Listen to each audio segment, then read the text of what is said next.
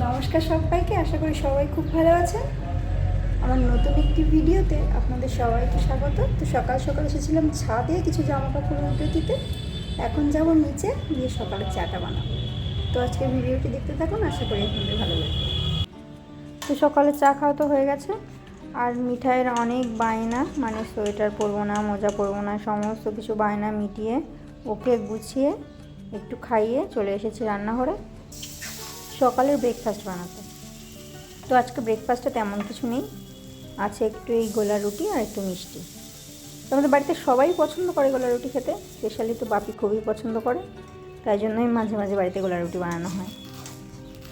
তো আজকে ব্রেকফাস্ট একটু সিম্পলই আছে, একটু গোলা রুটি আর মিষ্টি। তো শুধু তো সকালে ব্রেকফাস্ট বানালে হবে না, দুপুরের খাবারটাও বানাতে হবে। আমি সকালেই বানিয়ে নিই দুপুরের খাবারটা, তার কারণ মিঠাইয়ের বাবাইয়ের থাকে অফিস আর মিঠাইয়ের থাকে স্কুল। তাই জন্য এখানে বসিয়ে দিয়েছি ভাত, ভাতের মধ্যে একটু আলু সিদ্ধ দিয়ে দিলাম, মিঠাই, আলু সিদ্ধ, গরম ভাত আর একটু ঘি, এই দিয়ে খেয়ে স্কুলে চলে যায়। তো সকালে যাতে পড়তে না হয় তাই জন্য মিঠাই মায়ের সাথে গল্প করতে চলে এসেছে রান্নাঘরে। তো মিঠাইয়ের সাথে গল্প করতে করতে আমার এদিকে ভাতটাও হয়ে গেছে, ভাতটা নামিয়েও নিয়েছি। মিঠাইয়ের বাবাই আর দাদা গিয়েছে বাজার থেকে একটু মাছ আনতে। তো মাছ আনতে গিয়ে দেখছি একটু বাজারও করে নিয়ে এসেছে, মানে টমেটো নিয়ে এসেছিলো একটু আলু, সেটা নিচে রাখা আছে। আর এই যে বাপির সব থেকে পছন্দের শীতকালে বেগুন, বাজারে গেলে বেগুন নিয়ে আসবেই। তো বেগুন নিয়ে চলে এসেছে বাড়িতে। আবারও দেখছি 2 রকম মাছ নিয়ে এসেছে আজকে। তো চলুন দেখা যাক কী কী মাছ নিয়ে এসেছে।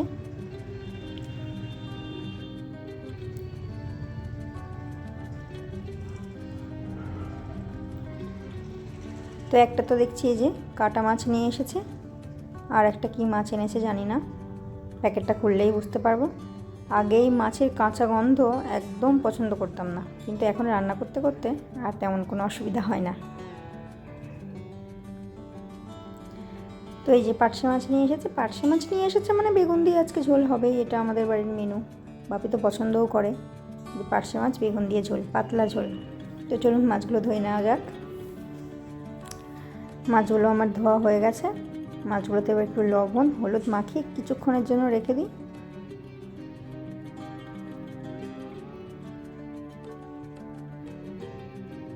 মাছগুলোতে লবণ হলুদ সমস্ত কিছু মাখিয়ে আবার গিয়েছিলাম মিঠাইকে একটু খাবারটা খাওয়াতে, না হলে খাবেই না একা একা, বায়না মাকে আজকে খাইয়ে দিতে হবে, তাই জন্য মেয়েকে একটু খাইয়ে আসলাম। এদিকে কড়াইতে একটু তেল গরম করতে দিয়ে দিয়েছি, তেল গরম হয়ে গেছে, দিয়ে দিলাম তার মধ্যে একটু লবণ। কী বলুন তো, ওই তেলের মধ্যে একটু লবণ দিয়ে তারপর মাছগুলো ভাজলে না কড়াইতে লাগে না।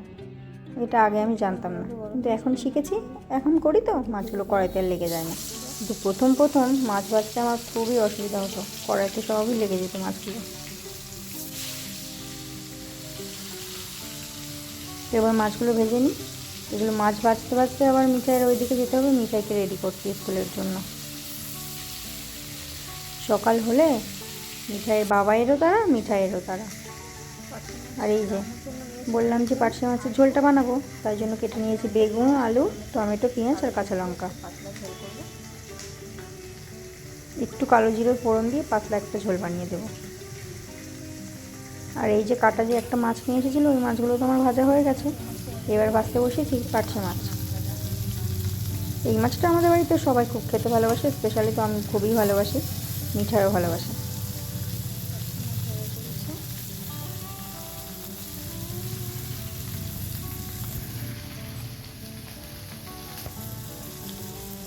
তোমার মাছগুলো প্রায় ভাজা কমপ্লিট।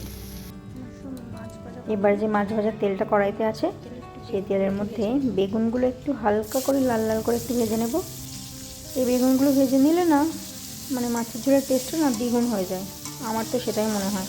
মানে ঝোলটা প্রায় হয়ে আসার মতো হয়, তখন এই ভাজা বেগুনগুলো দিয়ে আর একবার ফুটিয়ে ঝোলটা নামিয়ে নিলে বেগুনগুলোও গোটা থাকে আর ঝোলটার টেস্ট খুব সুন্দর হয়। কিন্তু বেগুন প্রথমেই দিয়ে দিলে না সব বেগুন গলেই যায়, খাওয়ার সময় কিছুই আর খুঁজে পাওয়া যায় না। মিঠাইয়ের বাবাইয়েরও ওইদিকে তারা, আমাকে খেতে দাও, তাই মিঠাইয়ের বাবাইকে আজকে ওই ভাত, আলু সিদ্ধ দিয়ে আর একটু মাছ ভাজা দিয়ে খেতে দিয়ে দিয়েছি। মাছের ঝোলটা বানিয়ে রাখছি, রাতে ফিরে বাড়িতে খাবে এসে। আমার বাড়ির সমস্ত কাজ গুছিয়ে নিজে টিফিন করে কাজ কমপ্লিট করে মিঠাইয়ের ছুটির সময় হয়ে গেছে, যেহেতু ওর 1টা কুড়িতে ছুটি হয়, ওর স্কুলে আবার চলে আসতে হয়েছে আমাকে স্কুল থেকে নিয়ে যাওয়ার জন্য। তো মিঠাই ছিল আজকে পিটি ক্লাস, ওদের দেখছি পিটিটা হয়ে গেছে। ওই যে 1, 2 এইসব বাচ্চাগুলো একটু পিটি করছিল, তাই একটু ভিডিও ক্লিপ তুলে নিলাম, আপনাদের সাথেও শেয়ার করা যাবে। তো সময়টা কত চেঞ্জ হয়ে গেছে এখন বাচ্চারা স্কুলে আসলে এই যে একটু মাঠ খেলছে এখানে খেলতে পারে। আগে আমরা অনেক খেলেছি, কিন্তু এখনের বাচ্চারা খেলতেই পারে না আর। তো আজকে আপনাদের সাথে অনেক গল্প করলাম, তো পরে আবার একটা ভিডিওতে আসবো অনেক গল্প নিয়ে, অনেক কথা নিয়ে।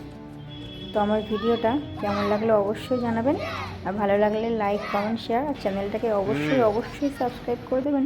আর পরের ভিডিওর অপেক্ষায় প্লিজ থাকবেন, আশা করি আপনাদের ভালো লাগবে। সবাই ভালো থাকবেন, সুস্থ থাকবেন।